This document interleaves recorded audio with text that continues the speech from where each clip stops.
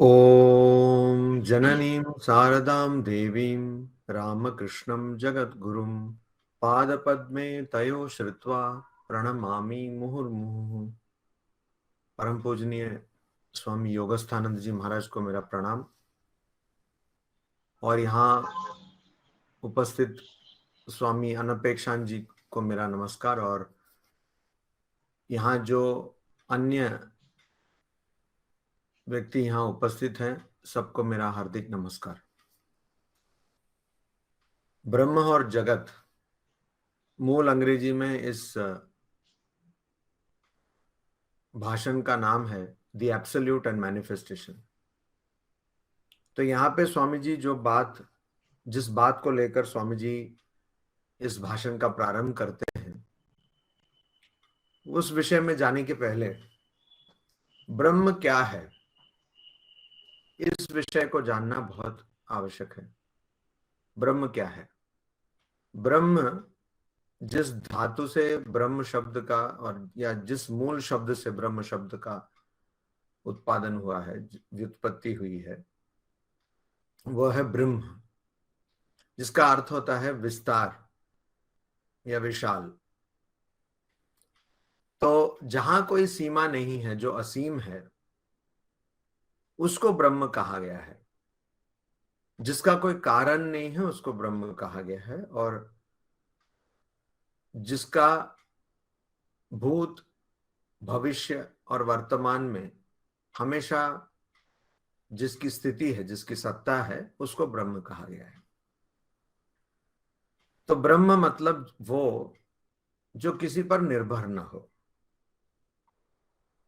मांडुक्य उपनिषद में एक तर्क दिया गया है, एक युक्ति दी गई है। आमतौर पर हम किसी भी चीज को देखते हैं, अर्थात हमारे इंद्रियों से हम उसको जानते हैं। जो इंद्रिय गोचर है उसके अस्तित्व को हम मानते हैं। अगर कोई कल कहे कि आज 25 जुलाई 2021 को 9:05 को स्वामी योगस्थानंद जी महाराज कहाँ थे, तो सब कहेंगे कि हाँ हाँ, आप यहाँ पर, हम सब जो उपस्थित हैं, हम कहेंगे हाँ हाँ महाराज, गूगल मीट में थे, हम लोग ब्रह्म और जगत के बारे में चर्चा कर रहे थे। तो ये हुआ प्रत्यक्ष प्रमाण। हमने देखा है, महाराज थे यहाँ। तो इसको हर कोई प्रमाण के रूप में, सबूत के रूप में मानते हैं। किसी भी कचहरी में, कोर्ट में, किसी भी कानून में ये माना जाता है कि हाँ, आई विटनेस अकाउंट, कि हाँ उसने देखा है। तो चश्मदीद गवाह एक गवाही दे रहे हैं कि हाँ हमने देखा है, तो उसकी मान्यता बहुत अधिक होती है और उसी को हम सत्य मानते हैं। पर मांडुक्य उपनिषद में कह रहे हैं कि आप कैसे कह सकते हो कि जो इंद्रिय विषय हैं, अर्थात जिसको हम सूंघ सकते हैं, सुन सकते हैं, छू सकते हैं, जिसका स्वाद ले सकते हैं या जिसको देख सकते हैं, ऐसे 5 इंद्रियों से जिस विषय का ज्ञान हमें, जिन विषयों का ज्ञान हमें मिलता है, ये इंद्रिय विषय हुए। तो इन इंद्रिय विषयों को आप कैसे कह रहे हैं कि ये असत्य हैं? तो मांडुक्य उपनिषद में जो तर्क दिया गया वो ये, मांडुक्य कारिका में उसका अधिक विवरण है, वो ये, क्योंकि आप उसको देख सकते हो इसलिए वो असत्य है। चूंकि आप देख सकते हो इसलिए असत्य है। अर्थात जब आप किसी को देख सकते हो तो वो नाम रूप के दायरे में बच गया। जब कोई चीज नाम रूप के दायरे में बच जाती है तो वो नश्वर है। चूंकि वो नश्वर है इसलिए वो असत्य है। तर्क बड़ा बड़ा शक्तिशाली तर्क है। पर आम तौर पे हमारा जो आम जीवन है, साधारणतः हम इसका उल्टा ही मानते हैं। जैसे मैंने आपको पहले उदाहरण दिया, हम देख रहे हैं इसलिए ये सत्य है। और इसीलिए ये बहुत बड़ी विडंबना है कि हम जिसको देख रहे हैं, जो हमारे सामने घट रहा है, उसको हम कैसे मान लें कि असत्य है। देखिए, मैं सच बात एक कहता हूं महाराज जी, ये जब शुरू में पाठ हो रही थी ना, बहुत बोरिंग सा लग रहा था महाराज जी, मैं आपको बता दे रहा हूँ। मैं सच कहने का आदी हूँ, और कभी कभी बिल्कुल बहुत ही ऐसे कह देता हूँ कड़वा सत्य। पर स्वामी जी, क्योंकि ये परिभाषा है या अनुवाद है, और स्वामी जी की मूल जो अंग्रेजी है, वो उसमें तो एक अलग ही मंत्र शक्ति है।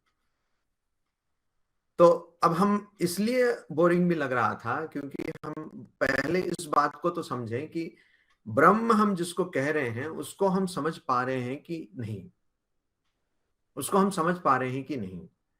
तो अगर हम उस बात को समझ नहीं पा रहे हैं तो ये विडंबना तो हमेशा ही रहेगी। क्या विडंबना? वो यही कि हम जिसको देख रहे हैं हम उसी को तो सच मान रहे हैं ना। पर अचानक चंद महाराज लोग आते हैं, कुछ शास्त्र में लिखा रहता है कि बोले नहीं नहीं नहीं नहीं नहीं, जो आप देख रहे हो वो सत्य नहीं है। तो हम इसको कैसे मान ले? हमारा जीवन जो है, जैसे आजकल अंग्रेजी में कहते हैं 24/7, 24 घंटे 7 दिन, है ना। 7 दिन पूरे सप्ताह 24 घंटे हम जिसको देख रहे हैं, सुन रहे हैं, यानी हमारे जो इंद्रिय विषय हैं, उनसे ही तो हमारा कारोबार है। हम उसी को तो सच मान रहे हैं। अब अचानक कोई आकर कह दे कि ये सच नहीं है, तो उसका उसकी प्रासंगिकता उतनी रहती है कि हाँ, अब महाराज के पास जाना है क्योंकि हमने सुना है कि ऐसे ये सब अच्छी बातें हैं, और फिर हम उसको मानते हैं, पर उसको मान नहीं पाते। क्योंकि व्यावहारिक जीवन में हम देखते हैं कि अरे जो देख रहे हैं उसी को तो सत्य मान रहे हैं। तो इसलिए मैं जब भी अद्वैत वेदांत में जब भी विडंबना होती है, तो हम अद्वैत वेदांती क्या करते हैं, हम एक अंधेरे घर की तरफ, एक अंधेरे कमरे की तरफ भागते हैं। ये उदाहरण, ये दृष्टांत जो है वो हमें हमेशा ही बचा लेता है। वो अंधेरा कमरा, उसमें एक रस्सी, और रस्सी को हमने मान लिया सांप। क्यों? अंधकार की वजह से। अंधकार में, अंधेरे में हमने एक रस्सी को सांप समझ लिया, और सांप समझ लिया क्योंकि हमको पता नहीं है कि वो रस्सी है, और रस्सी सांप जैसा हमें प्रतीत हो रहा है। तो जब कोई व्यक्ति, हम जब किसी को कहते हैं कि देखो जो आप देख रहे हो वो सत्य नहीं है, तो सबसे पहला सवाल ये होता है कि कैसे सत्य नहीं है स्वामी जी? हम तो इसको देख रहे हैं, ये ठोस है, ये एकदम ठोस है। जैसे स्वामी जी ने वहां पे, स्वामी विवेकानंद ने कुर्सी का उदाहरण दिया, तो कुर्सी को पकड़ के कहते हैं कि आप ये कह रहे हो कि कुर्सी सत्य नहीं है, तो ये तो ठोस है, ये दिख रहा है, इसको स्पर्श कर पा रहे हैं, और इसलिए ये सत्य नहीं है, कैसा हो सकता? तो जो उसमें अस्तित्व की प्रतीति है, मतलब जो लग रहा है कि ये है सत्य, वो प्रतीति वास्तव में हमें ब्रह्म से मिल रही है। वो प्रतीति, वो जो लग रहा है कि हाँ ये सत्य है, ये मेज या कुर्सी ये सत्य है, ये प्रतीति हमें ब्रह्म से मिल रहा है। जिस प्रकार अंधेरे कमरे में आप एक रस्सी को जब सांप मान लेते हो, गलती से, अज्ञान से, अंधकार की वजह से, अंधकार के कारण, तो आप अगर उस सांप को स्पर्श करेंगे तो सांप आपको वहां लगेगा कि है, पर वो सांप नहीं है, वो रस्सी है। उसी प्रकार ये जगत, ये एक अस्तित्व की प्रतीति देता है। यही विडंबना है। अगर कुछ भी नहीं होता तो वो कुछ समय तक प्रतीति होती, जैसे मरीचिका में होती है। तो मरीचिका आजकल मरुभूमि में कौन देखे, तो इसलिए उदाहरण को थोड़ा सा हम बदल देते हैं। वो टार रोड पे जब दोपहर को हम गाड़ी में जा रहे होते हैं तो सामने लगता है कि पानी है, जब पास जाकर देखते हैं तो पानी नहीं है। ये नई मरीचिका है ना, 21वीं शताब्दी की नई मरीचिका। तो अब आप उसको देखते हैं तो आपको लगता है कि है पानी, पर वहां पहुंचकर आप देखते हैं पानी नहीं है, तो वो तभी हट जाता है। इसलिए मरीचिका से जो अज्ञान की सृष्टि होती है वो क्षणिक होती है, कुछ देर के लिए होती है। पर हमारे विषय वस्तुओं के साथ हमारा जो व्यापार है, हमारा जो कारोबार है, वो क्षणिक नहीं है।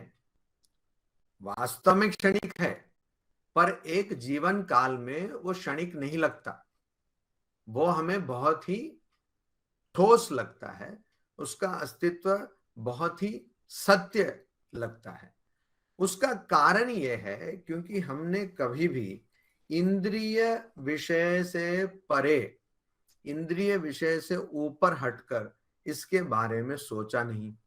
उसका कारण यह है, वो स्वामी जी इसके बारे में बताते हैं यहाँ पे, क्योंकि जो सोच है जो चिंता है, और चिंता से ही हर कार्यकलाप का जन्म है। जितना भी कर्म हम करते हैं उसकी बीज एक चिंता में है। तो चिंता जो है वो भी मन में उस उत्पन्न होता है। चिंता जन्म लेती है मन में, और मन क्या है? मन अनश्वर है। मन हमारा वास्तविक स्वरूप नहीं है। अर्थात हम जो यहाँ पे 21 व्यक्ति इस गूगल मीट में बैठे हैं और 21 व्यक्तियों का अलग अलग परिचय है, वास्तव में हमारा अलग कुछ परिचय है ही नहीं। इसलिए स्वामी जी ने वो उसको लिख दिया कि जब आप देश काल निमित्त, टाइम स्पेस एंड कॉजेशन, इसके माध्यम से जब आप ब्रह्म को देखते हो, तब आपको वो जगत सा प्रतीत होता है। तब आपको वो जगत सा प्रतीत होता है। अर्थात जब आप अंधकार में रस्सी को देखते हो तो वो आपको सर्प सा प्रतीत होता है, सांप सा प्रतीत होता है। तो वहां पे सांप है क्या? नहीं है। वहां पे क्या है? रस्सी ही है। तो क्यों सांप दिखा? अंधकार की वजह से। ठीक उसी प्रकार यहां पे जगत है क्या? नहीं है। पर जगत क्यों दिख रहा है? देश काल निमित्त की वजह से। देश काल निमित्त कैसे आया? अंधकार की वजह से। यहां अंधकार को हमने एक संज्ञा दे दी, एक नाम दे दिया, माया।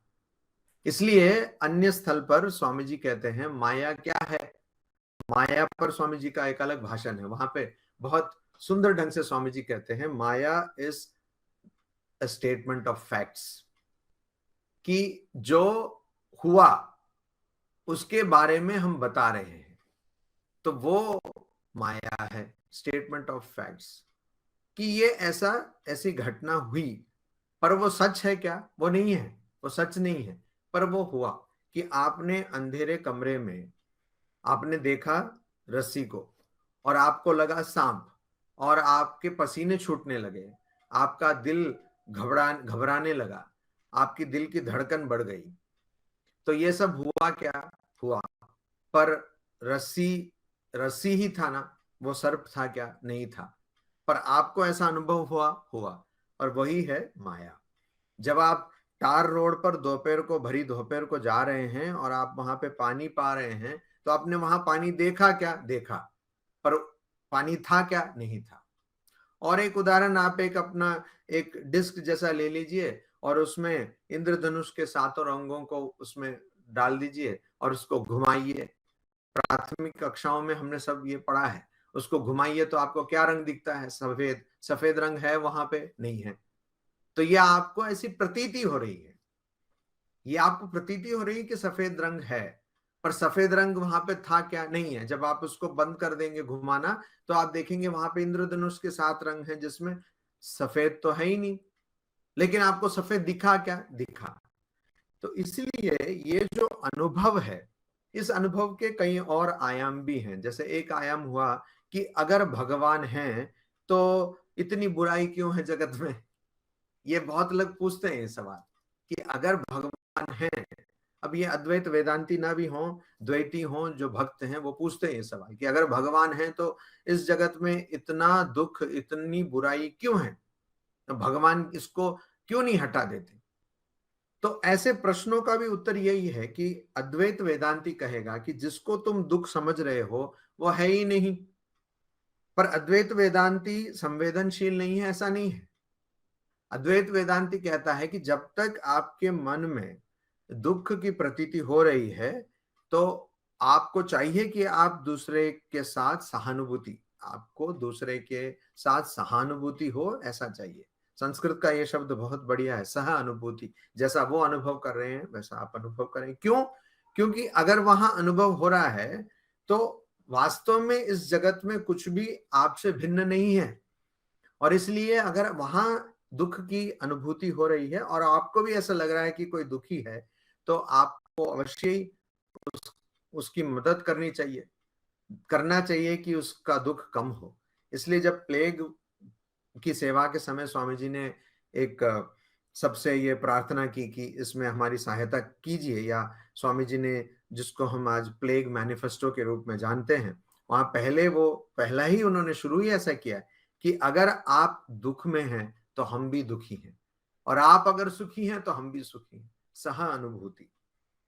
तो यहां पे सब समय यही विडंबना है अद्वैत वेदांत के साथ, कि अगर अद्वैत वेदांत सही है, कि अगर वास्तव में ब्रह्म ही सत्ता है और बाकी सब मिथ्या है, अर्थात वो सच नहीं है, तो ऐसा क्यों है कि हमें यह जगत प्रतीत होता है जो अनंत है, देश काल निमित्त में, अर्थात जिसकी स्थान में कोई सीमा नहीं, जिसकी काल में कोई सीमा नहीं, जिसका कोई कारण नहीं, वो अचानक ऐसे नाम रूप वाले जगत में क्यों परिणत हो गया, या ऐसा क्यों प्रतीत होता है कि वो जगत है? तो उसका उत्तर ही यहां स्वामी जी दे रहे हैं। पर अगर हम इसको थोड़ा और आगे पढ़ते, समय के अभाव के कारण हम पढ़ नहीं पाए, तो हम समझते कि इस विडंबना से पार करने का पहला सोपान जो है, पहली सीढ़ी जो है, वो है नैतिक मूल्य। स्वामी जी उसको बहुत ही ढंग से बोलते हैं। और यहां पे मैं आपको एक घटना याद दिलाना चाहता हूं। आशा करता हूं आप लोगों ने इसको पढ़ा होगा, फिर भी याद दिलाना चाहता हूं। जैसे जब भगवान श्री रामकृष्ण परमहंस देव दक्षिणेश्वर में थे, तो वहां एक साधु आए थे और उनके साथ एक महिला भी थी, और वो दोनों एक साथ रह रहे थे। तो ये बात बहुतों को अच्छी नहीं लगी, तो उन्होंने श्री रामकृष्ण को बताया। तो श्री रामकृष्ण देव एक दिन जाकर उनसे पूछते, ये क्या है तुम्हारे साथ, ये महिला है, तुम साधु हो? तो वो कहने लगे कि हाँ हाँ, सब ब्रह्म है, मैं भी ब्रह्म हूं, ये भी ब्रह्म है, तो फिर समस्या कहाँ है? तो श्री रामकृष्ण बहुत ही बुरे ढंग से उनको डांटते हैं और कहते हैं कि ये वेदांत नहीं है। उनका कहना खैर बहुत ही अलग तरीके से कहते हैं, मैं उसको वहां यहां नहीं दोहरा रहा, पर कहने का तात्पर्य है कि वो बहुत ही गुस्सा हो जाते हैं और कहते हैं कि ये वेदांत नहीं है। और ये वेदांत इसलिए नहीं है कि अगर वेदांत में आपने ब्रह्म की अनुभूति कर ली है, तो ब्रह्म कभी आपको भिन्न होना नहीं सिखाता। जो श्वेत केतु को स्वामी जी कहते हैं, स्वामी विवेकानंद यहाँ कहते हैं कि श्वेत केतु को कहते हैं कि वो जो है बाहर वही है यहाँ अंदर, और श्वेत केतु को ये पाठ उनके ही पिताजी पढ़ा रहे हैं, छांदोग्य उपनिषद में ये प्रसंग आता है। और उसके बाद कहते हैं तत्त्वमसि श्वेत केतु, कि तुम वही हो।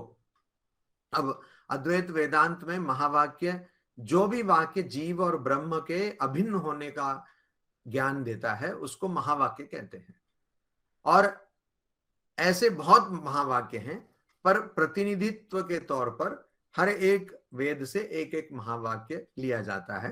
प्रज्ञानम ब्रह्म, अहम ब्रह्मास्मि, तत्वमसि, ऐसे अयम आत्मा ब्रह्म, ऐसे 4 महावाक्य 4 वेद से लिए गए।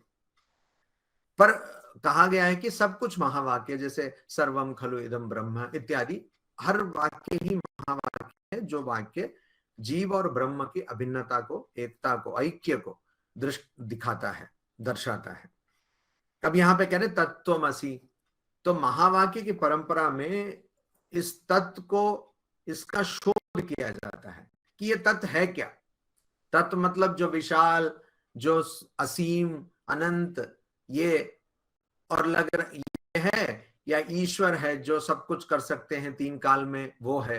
तो तत्व क्या है, इसका शोध किया जाता है, उसका अर्थ समझा जाता है। फिर त्वम क्या है, त्वम क्या, वो क्षुद्र शरीर, मन, प्राण, बुद्धि, आनंदमय कोश, इसमें जो बंधा हुआ है ऐसा जीव, या वो क्या है। तो दोनों का शोध करके इस निर्णय पर आया जाता है कि वास्तव में दोनों सच्चित आनंद आत्मा है। तो जब ऐसा निर्णय लिया जाता है तो समझ में आता है कि तत् और त्वम दोनों एक ही हैं, वो कभी भिन्न थे ही नहीं। गणित में जब हम गणित में ऐसा करते हैं, प्रश्न आता है जब लेफ्ट हैंड साइड और राइट हैंड साइड दोनों को बराबर साबित करना पड़ता है। ये यहाँ पे ऐसा नहीं है, क्योंकि गणित में लेफ्ट हैंड साइड और राइट हैंड साइड जब वो प्रश्न शुरू करते हैं तो बराबर नहीं होते, समान नहीं होते। फिर हम उस उसका शोध करके उसको समान बनाते हैं। यहाँ पे तत्व और त्वम हमेशा समान थे, हमने उसको समझा नहीं और हम उसको समान करते हैं। तो यहाँ पे जब भी हम ये तत्व और त्वम को समान करते हैं तो हमें ये याद रखना है कि ये जो शरीर, मन और प्राण और बुद्धि और आनंद में जकड़ा, आनंदमय कोश में जकड़ा हुआ ब्रह्म, वो समान नहीं है ब्रह्म के साथ। वो अज्ञान से हमें जो हो रही प्रतीति या अनुभूति है। इसलिए ठाकुर कह रहे हैं कि तुम ये जो कह रहे हो वो वेदांत नहीं है, क्योंकि जब कोई आदमी वेदांत, कोई व्यक्ति वेदांत का सत्य समझ लेता है तो वो अपने आप को शरीर और मन नहीं समझ सकता, और वो अपने शरीर और मन के भोग के लिए कुछ नहीं कर सकता। अर्थात अब आप कहेंगे कि अच्छा तो वो खाना नहीं खाएगा, तो ये खाना अवश्य खाएगा, पर उसको कर्तृत्व भोक्तृत्व, अर्थात मैं कुछ कर्म कर रहा हूं या मैं कुछ भोग कर रहा हूं, ऐसी चिंता बिल्कुल नहीं रहेगी। तो इसलिए वहां पे फिर किसी शरीर का भोग या किसी के साथ कोई संबंध बनाना, इसका कोई प्रसंग वहां पे आता ही नहीं है। इसलिए श्री रामकृष्ण कहते हैं कि मैं तुम्हारे वेदांत को नहीं मानता या वेदांत को मैं दुत्कारता हूं। और इसीलिए भी हमें यह ध्यान रखना है कि नैतिक मूल्यों के नींव पर ही अद्वैत वेदांत की साधना प्रारंभ की जा सकती है। इसलिए अद्वैत वेदांत की परंपरा में कहते हैं विवेक, वैराग्य, शम आदि षटक संपत्ति, अर्थात शम, दम, तितिक्षा, श्रद्धा, समाधान इत्यादि, तो उपरति, श्रद्धा, समाधान, ऐसे 6 जो हैं संपत्ति, साधन संपत्ति, और अंत में मुमुक्षुत्व। ये 4 चीजें, ये 4 गुण होने चाहिए। उसको साधन चतुष्टय कहा गया। जिसको ये साधन चतुष्टय रहेगा वही वेदांत, अद्वैत वेदांत में आगे बढ़ पाएगा। तो यहाँ पे जो शम, दम, उपरति, तितिक्षा, श्रद्धा, समाधान, ये सब नैतिक मूल्य ही हुए। उसमें विशेष तौर से शम, दम और तितिक्षा और उपरति, ये नैतिक मूल्य हुए। तो नैतिक मूल्य अगर हम नैतिक मूल्य में प्रतिष्ठित नहीं है, अगर हम नैतिक व्यवहार में प्रतिष्ठित नहीं है, तो हम इस शरीर मन के इस गांठ से हम निकल कर नहीं आ सकते, बाहर नहीं आ सकते। स्वामी जी उसका भी यहाँ पे रहस्य बताते हैं। स्वामी जी कहते हैं कि उस ब्रह्म को तुम नहीं समझ सकते जब तक तुम अपने आप से बाहर नहीं निकल के आते। तो ये अपने आप से बाहर निकलना मतलब क्या? अपने आप से बाहर निकलना मतलब जो ये अहम की प्रतीति है, जिसको हमने ये शरीर मन समझा है, जिस हम को, उस हम के बाहर निकलना है। इसलिए अन्य जगह पर ज्ञान योग के ही अपने प्रवचन में, भाषण में स्वामी जी कहते हैं कि इंडिविजुअलिटी को खोने का डर है लोगों को। इंडिविजुअलिटी ऐसा वो कहते हैं, मतलब अपना जो अलग व्यक्तित्व है उसको खोने से एक व्यक्ति डरता है।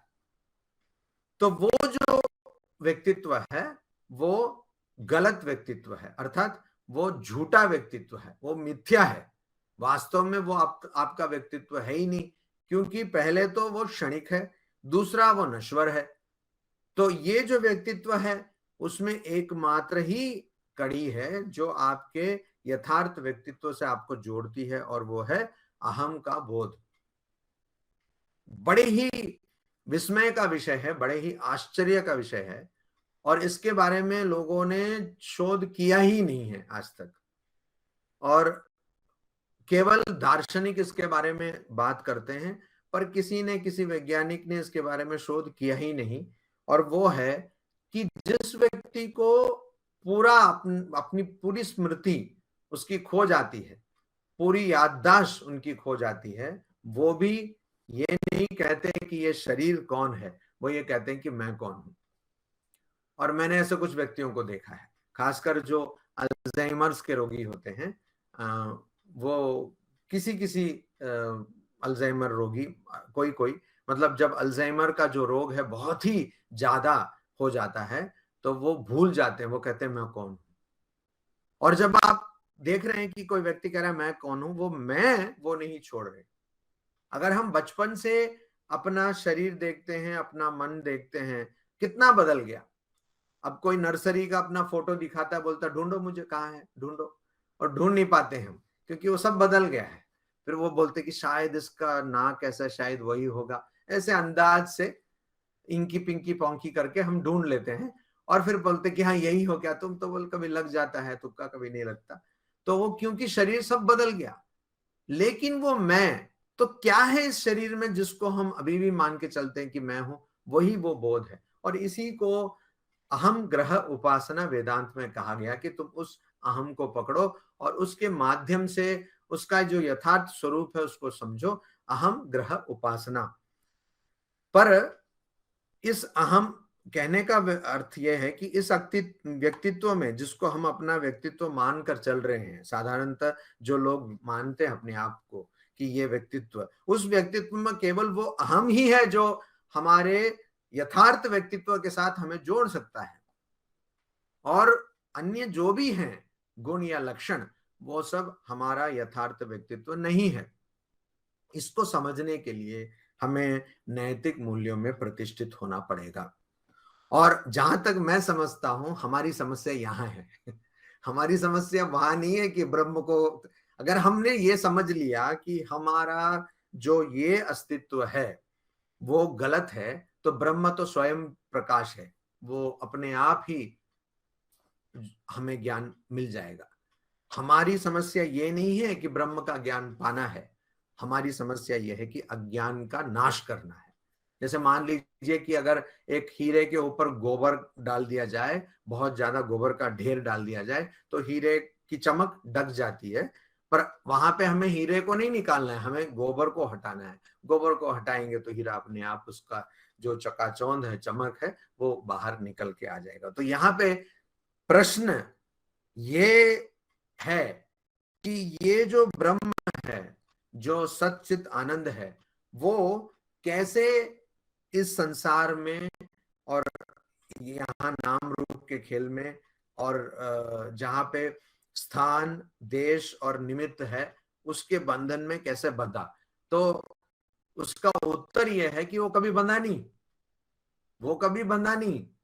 हम इस प्रतीति में है कि वो बंधा, जैसे रस्सी कभी सांप हुआ ही नहीं, अंधकार की वजह से ऐसा लग रहा है कि वो सांप हो गया। इसलिए जब श्री रामकृष्ण देव बंगाली में कहते हैं पंचभूतेर फांदे ब्रह्म पड़े कांदे, कि 5 भूत के जो फांसी का फंदा है उसमें अटक कर ब्रह्म रो रहा है। तो वो अटक कर रो रहा है, अर्थात 5 भूत हैं, वो किससे जन्म हुआ? उसका अज्ञान से। तो उसका जब नाश हो जाएगा तो अपने आप ही ये ब्रह्म रोना बंद कर देगा। हमें ऐसा लग रहा है कि ब्रह्म रो रहा है, ब्रह्म नहीं रो रहा है, हमें ऐसी प्रतीति हो रही है कि ब्रह्म रो रहा है। तो यहाँ पे मैं पतंजलि योग सूत्र की ओर आपका ध्यान आकर्षित करता हूं कि पतंजलि योग सूत्र में कहा गया है कि जो समस्या है, अगर आपको उसका समाधान ढूंढना है तो उसका जो विपरीत वितर्कवादने, तो प्रतिपक्ष भावनम, तो वो आपको विपरीत उसका करना पड़ेगा। मान लीजिए आपको विद्वेष की भावना आप में है प्रबल, तो आप मैत्री का मैत्री जो गुण है उसकी उपासना कीजिए। ऐसे हर चीज का जो विपरीत भावना है उसकी उपासना आप अगर करेंगे, उसका साधन करेंगे, उपासना अर्थात साधन करेंगे, तो आपको वो गुण, आपके जो विपरीत गुण है वो हट जाएंगे, वो हट जाएंगे। तो पतंजलि योग सूत्र में एक और बात भी ये भी कही गई है कि अगर हम अपने शरीर को स्वस्थ रखेंगे तो क्या होगा, हमें शरीर का बोध नहीं रहेगा। इसलिए जब कोई व्यक्ति बूढ़ा हो जाता है, और अधिकांश लोग जब बूढ़े हो जाते हैं तभी वो, यहाँ पे सब युवक हैं, पर अधिकांश व्यक्ति जब बूढ़े हो जाते हैं तभी वो भगवान और धर्म और आध्यात्मिकता की ओर आते हैं। तो हम देखते हैं कि वो बोलते हैं कि स्वामी जी ध्यान करने बैठती हूँ तो घुटने में दर्द है, अभी एक का नी रिप्लेसमेंट हुआ है, एक का बाकी है। तो जब आपके शरीर में कोई व्यथा होती है, दर्द होता है, तो आपको अपने शरीर का बोध बिल्कुल प्रबल दिखता है, तब आप शरीर को भूल नहीं सकते। बॉडी कॉन्शियसनेस मतलब आपको अपना शरीर बताएगा कि हाँ मैं हूं। पर अगर आपका शरीर स्वस्थ है तो आप अपने शरीर बोध से मुक्त हो सकते हैं। इसलिए पतंजलि योग सूत्र में कहा गया कि आप अपने शरीर को स्वस्थ रखिए।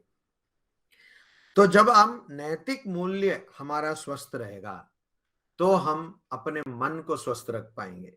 मन में कोई विकार नहीं होंगे, मन में कोई गलत भावनाएं नहीं होंगी, तो तब हम मन को हम लांघ पाएंगे, मन से ऊपर हम उठ पाएंगे, मन से परे जा पाएंगे। और जब तक हम मन से परे नहीं जाते हैं, आध्यात्मिकता हमें समझ नहीं आएगी। तो ये मन, और इसलिए उपरिति उपरति उपरति उपरति इसलिए कहा गया कि आप इंद्रिय विषयों से हटें। क्यों हटें? कूर्म अंगानी इव, गीता में कहा गया कि जैसे कछुआ वो क्या करता है, जब उसको लगता है कि कोई खतरा है तो अपना मुंह और अपने पांव वो अंदर ले लेता है, सिमेट लेता है। तो इसलिए सिमेट लेता है कि अभी आप मुझे मार नहीं सकते, तो मैं बच गया। तो अभी कूर्म अंगानी व, जिस प्रकार कछुआ ये करता है, हमें चाहिए कि हम अपने इंद्रियों को अंदर सिमेट लें, अर्थात इंद्रिय विषय से हम इंद्रियों को ले लें वापस। तो ये लेना आज के 2021 में कितना मुश्किल हो गया, ऐसा बहुत लोग आप कहेंगे। पर ये उतना ही मुश्किल था जब अर्जुन था 5000 साल पहले या उससे भी अधिक वर्ष पहले। ये हमेशा ही मुश्किल रहा है। केवल ये है कि जो बाधाएं हैं उन्होंने अपने रूप और नाम बदल दिए हैं। आज हर कोई कहता है स्वामी जी ये मोबाइल है, व्हाट्सएप है, ट्विटर है और टिकटॉक है और ये यूट्यूब है, इन सब के वजह से ऐसा हो गया। पर कोरोना ने एक चीज सिखा दिया कि जिसको आज तक हम बाधा समझ रहे थे वही साधन का भी पथ है। अब गूगल मीट है इसलिए तो हम आज अब यहाँ इकट्ठे हुए ना, नहीं तो नहीं हो पाते। तो इसलिए चाकू तो काटेगा ही, अब आप फल को काटिएगा काटेगा, गर्दन को काटिएगा काटेगा, इसलिए वो चाकू का दोष नहीं है। यहाँ पे मन को हमें प्रशिक्षित करना है। तो पहले स्वामी जी ने इसलिए इस भाषण के अंत में कहा कि जिस प्रकार आचार्य शंकराचार्य, आदि शंकराचार्य की प्रखर बुद्धि थी, प्रखर प्रज्ञा थी, वो प्रखर प्रज्ञा प्रखर बुद्धि हमारे होनी चाहिए। और भगवान बुद्ध का जैसा विशाल हृदय था वैसे विशाल हृदय भी होना चाहिए। मतलब भगवान बुद्ध का प्रेम और आदि शंकराचार्य का की बुद्धि, इन दोनों का एक समन्वय हम में होना चाहिए। और तो वो प्रेम क्यों? क्योंकि जब तक प्रेम नहीं रहेगा हम इस नैतिक मूल्य की आवश्यकता को और उसकी कठिनाइयों को नहीं समझ पाएंगे। नैतिक मूल्य साधन करने में या नैतिक मूल्य में प्रतिष्ठित होने में जो कठिनाई है उसको नहीं समझ पाएंगे। जो जिस पे आदि शंकराचार्य ने बात कही है पर उन्होंने उस पर जोर नहीं दिया, क्योंकि उनको लगा ये तो बहुत ही सरल बात है, ये तो बहुत ही प्राथमिक सी बात है, उसको अलग से क्या बताना। पर भगवान बुद्ध ने उस पर ही सबसे अधिक जोर दिया। और आदि शंकराचार्य ने जोर दिया इस विषय पर, ये जानने पर कि हमें इस विषय का बोध होना चाहिए कि मैं ये शरीर, मन, प्राण, बुद्धि और आनंदमय कोश हो ही नहीं सकता। मैं ऐसा कुछ हो ही नहीं सकता जो नश्वर है। उसका केवल एक ही कारण है। हम अगर तर्क से जाएंगे, तार्किक रूप से जाएंगे तो एक ही कारण है।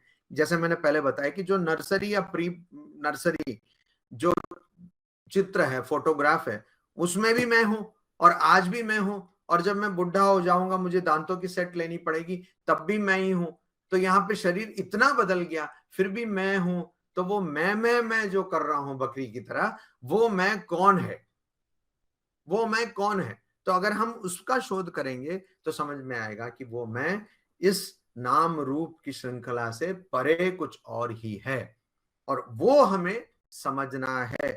हमें इस जीवन में ही एक क्षण के लिए भी हो मन से ऊपर उठना है। अब जब मैं ये कहता हूं एक क्षण के लिए भी हो मन से ऊपर उठना है, तो मुझे स्मरण आता है उस घटना का जब स्वामी जी कहते हैं कि देखो मुझे थोड़ा सा निर्विकल्प समाधि दे दो, थोड़ा सा ही दे दो बस, उसके बाद मैं नहीं मांगूंगा।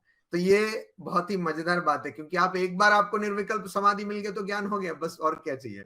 तो उसी तरह से मन से आप एक क्षण के लिए भी उठ गए तो बस आपने वो अनुभव पा लिया, जिसको हम निर्विकल्प समाधि कहते हैं। और जब तक आप मन से परे नहीं उठते, रोज हम उठते हैं, लेकिन इसमें एक और बात है, केवल मन से परे उठना नहीं, अज्ञान का नाश भी होना चाहिए, क्योंकि रोज हम मन से परे जाते हैं। सुषुप्ति में हम रोज मन से परे जाते हैं, पर अज्ञान में ही है, इसलिए वापस चले आते हैं। तो वैसा नहीं, अज्ञान को भी पार करना है और मन से ऊर्ध्व उठकर, मन से ऊपर उठकर अज्ञान को पार करना है, और वो निर्विकल्प समाधि कहलाई जाती है। और जब तक हम उसको नहीं समझेंगे, हम इस बात को नहीं समझ पाएंगे कि ये ब्रह्म किस प्रकार इस जगत में परिणत हुआ। हम, जो मैंने कहा कि टार रोड पे पानी को देखते हैं, वो जब तक हम उसके पास जाते हैं, हमें सच्ची में ऐसा ही लगता है कि वहां पानी है, क्योंकि हमारे देश में तो रास्ते में पानी तो जम ही जाता है, तो इसलिए हमें लगता है कि शायद बारिश का मौसम है, पानी ही होगा। और जब पास जाते हैं तब समझ में आता है कि पानी नहीं है। पर उसके लिए क्या है कि हमें पास जाना होगा, हमें उस अनुभूति को पाना होगा। और अब कोई कहे कि स्वामी जी ये सब तो बड़ी बड़ी बातें हैं, हम जैसे, क्योंकि जब भी कोई हम सन्यासी कुछ बात कहते हैं तो सब लोग यही कहते हैं, स्वामी जी ये सब बड़ी बड़ी बातें हैं, हम जैसे साधारण व्यक्ति, या अंग्रेजी में कहते हो हम जैसे नॉर्मल व्यक्ति, मतलब उन्होंने मान ही लिया कि स्वामी योगस्थानंदा, अनपेक्षानंदा, नरसिम्हानंदा ये नॉर्मल लोग नहीं है, ये अब नॉर्मल है। ठीक है, तो वो कहते हैं कि स्वामी जी हम जैसे नॉर्मल व्यक्ति क्या करें। तो हम जैसे नॉर्मल व्यक्ति क्या करना है, पहले नैतिक मूल्यों में प्रतिष्ठित होइए। इसलिए भगवान श्री रामकृष्ण ने बहुत ही सुंदर तरीके से कहा कि कलयुग में तपस्या सत्य रक्षा, कि आप सत्य का पालन करिए। और ये सत्य का पालन करना बहुत ही आवश्यक है, इसलिए भी आवश्यकता है क्योंकि सत्य या नैतिक मूल्यों को पालन करने के लिए आपको चाहिए वीरता, आप में होना चाहिए शौर्य। ये जो कमजोर लोग हैं उनसे नहीं होगा, जिनमें ताकत है, जिनके मन में जोर है, उनसे ही होगा। और अद्वैत वेदांत भी कमजोर लोगों के लिए नहीं है।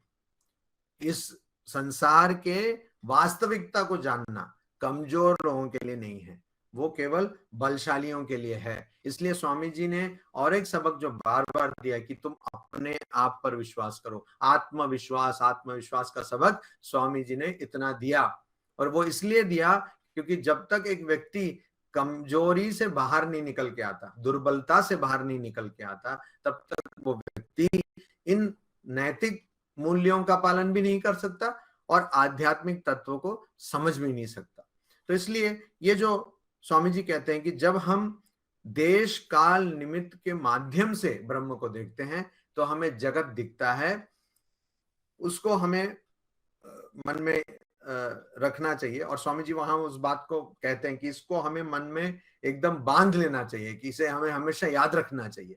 तो हम, वही है विवेक, कि जब भी आप कोई भी काम करें, जैसे अभी एक गूगल मीट हो रहा है, तो ये गूगल मीट, इतने सारे व्यक्ति, इतने सारे शरीर, ये सब सही नहीं है। अगर हम ऐसा हमेशा समझेंगे तो नैतिक मूल्यों का पालन करना भी बहुत आसान हो जाएगा। क्योंकि अगर हम किसी पर गुस्सा करेंगे तो जो जिस पर गुस्सा कर रहे हैं वो और हम, वो भिन्न हैं क्या?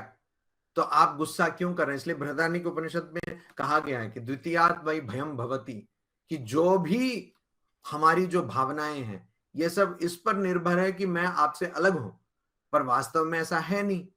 तो इसलिए भय केवल नहीं, भय, घृणा और क्रोध, इस तरह की आसक्ति, जितनी भी भावनाएं हैं जो नैतिक मूल्यों में अड़चने लाती हैं, वो सब भावनाएं वो इसलिए हैं क्योंकि मैं किसी को अपने आप से भिन्न समझता हूं। और ये जब हम समझना बंद करेंगे, हम हमेशा इस बात को हमारे मन में याद दिलाते रहेंगे, तब हम नैतिक मूल्यों में भी क्रमशः प्रतिष्ठित हो जाएंगे।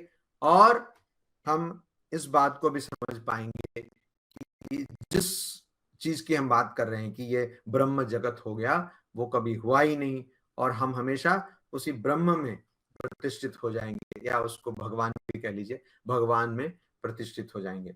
ओम शांति शांति शांति। हरि ओम तत्सत। श्री राम कृष्णार्पणमस्तु। महाराज, दीर्घ प्रणव के उच्चारण के बाद जो बिल्कुल थोड़ा सा जो समय होता है, तो उसको हम ऐसा मान सकते हैं क्या कि उस समय मन जो है वो ब्रह्म स्वरूप हो गया है? नहीं, मन कभी ब्रह्म स्वरूप नहीं होता। मन अगर है तो वो ब्रह्म स्वरूप नहीं होगा। मन तो अज्ञान अज्ञान का फल है, वो ब्रह्म स्वरूप नहीं हो सकता। मन का जब नाश होगा तो हम ब्रह्म स्वरूप में लीन होते हैं, है ना। एक साथ आप सांप को भी और रस्सी को भी नहीं देख सकते। आप या तो सांप को देखेंगे या रस्सी को देखेंगे। और मन शांत हो गया ऐसा कहना, अर्थात क्या होता है कि जब आप मान लीजिए बहुत दिनों से आपको किसी चीज की इच्छा है, जब वो इच्छा पूर्ति हो जाती है तो बहुत कम क्षण के लिए एक ऐसा समय आता है, एक अंतराल सी आती है, जब आपको लगता है कि मन शांत हो गया, और तब वहां बहुत आनंद मिलता है, क्योंकि तब मन एक इच्छा से दूसरे इच्छा की ओर जा रही है। हाँ? उसको, उस क्षण को संधि कहते हैं। तो ये संधि, अगर आप इस संधि को पकड़ ले, हमें ना बहुत दिन के बाद कुछ मिले या कुछ भोग विषय मिले तो बहुत आनंद अनुभव होता है, तो वो आनंद असल में मन शांत हो गया इसलिए अनुभव होता है।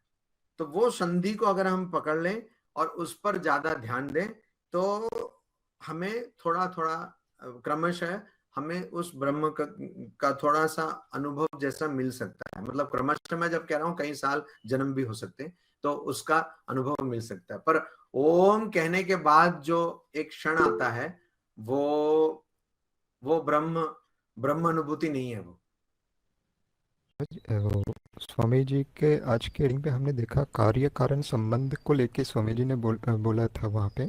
और मेरा ये बहुत दिनों से सवाल है कि जो इस जगत में जितनी घटनाएं घटती है, क्या वो सारे कार्य कारण संबंध के अधीन ही होती है या उसके परे भी उसका स्वरूप है कुछ? क्योंकि जो भगवत गीता से एक स्वामी जी के रचना में ही हमने पढ़ा था कि जो कोट किया था स्वामी जी ने, गहना कर्मणु गति ही, कि कर्म के गति दुर्गे होती है।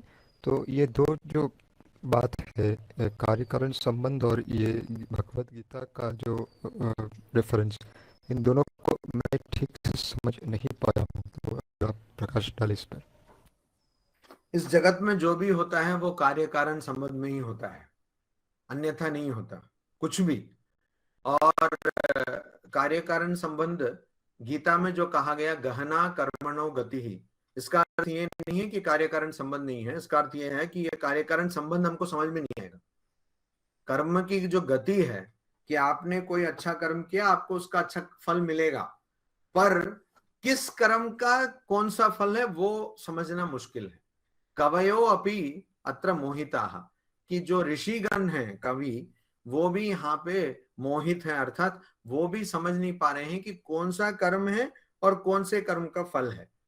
पर संसार का नियम है, अर्थात जो भी नश्वर है उसका नियम है कि कार्य कारण संबंध होगा। जो प्रतीत हो रहा है ना, उसमें कार्य कारण संबंध होगा, और कार्य कारण संबंध है मतलब वो अनित्य है। तो उस अनित्य जो भी चीज है इस संसार में, जो भी है, उसका कार्य कारण संबंध अवश्य होगा। केवल आप मुझे ये मत पूछिए कि मुर्गी पहले आया कि अंडा, उसका लोग ढूंढ रहे जी हैं। नहीं, नहीं। इसलिए कहा है ना गहना कर्मणो गति। ये कार्य कारण संबंध होगा, पर ये कौन से कारण का कौन सा कार्य है, कौन से कार्य का कौन सा कारण है, वो समझना मुश्किल है। महाराज प्रणाम। महाराज, आपने बताया पतंजलि सूत्र में बताया है कि विपरीत भावना का साधन करना चाहिए। तो मान लीजिए जैसे आपने एक उदाहरण दिया था कि हमें कुछ द्वेष है, हिंसा है, या तो उस साधन को कैसे करें, थोड़ा आप बता सकें? ना, मान लीजिए आपको द्वेष है, किसी से घृणा है, तो उसके प्रति आप मित्रता का साधन करें।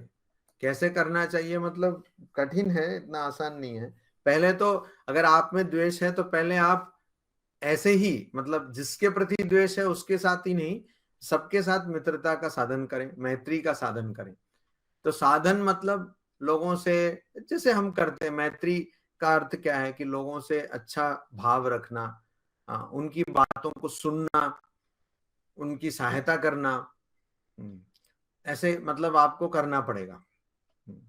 तो कभी कभी ऐसा है कि कुछ लोग होते हैं कि किसी को देखा ही नहीं तो वो एकदम मतलब एकदम चिड़े चिड़े रहते हैं हमेशा ना। जैसे उनको शुद्ध हिंदी में खडूस ऐसा सब कहा गया, तो वो ऐसे चिड़े चिड़े रहते हैं। तो थोड़ा हंसमुख रहिए, लोगों की बात सुनिए। केवल सुनने से ही अपनी बात, बहुत सारे लोग क्या कहते हैं, सुनते नहीं है, वो क्या करते हैं, अपनी बात कहने की बारी के लिए प्रतीक्षा करते हैं कि मैं क्या कहूंगा। ऐसा नहीं, आप दूसरों की बात सुनिए, सुनिए और फिर उनके पक्ष में सोचिए, उनके स्थान पर जाकर सोचिए। फिर मित्रता, जो वास्तविक मित्रता है, मित्रता का भान नहीं, नाटक नहीं, वास्तविक मित्रता आप वो करिए।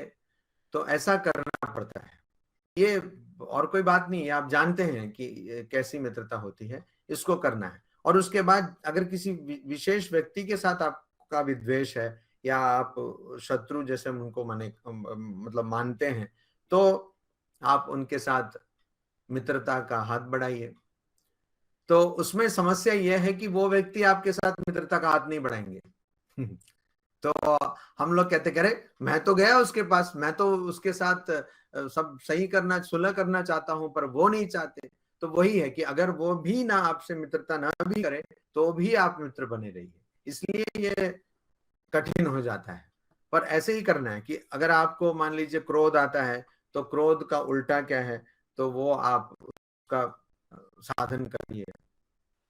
जी महाराज, धन्यवाद। ओम शांति शांति शांति।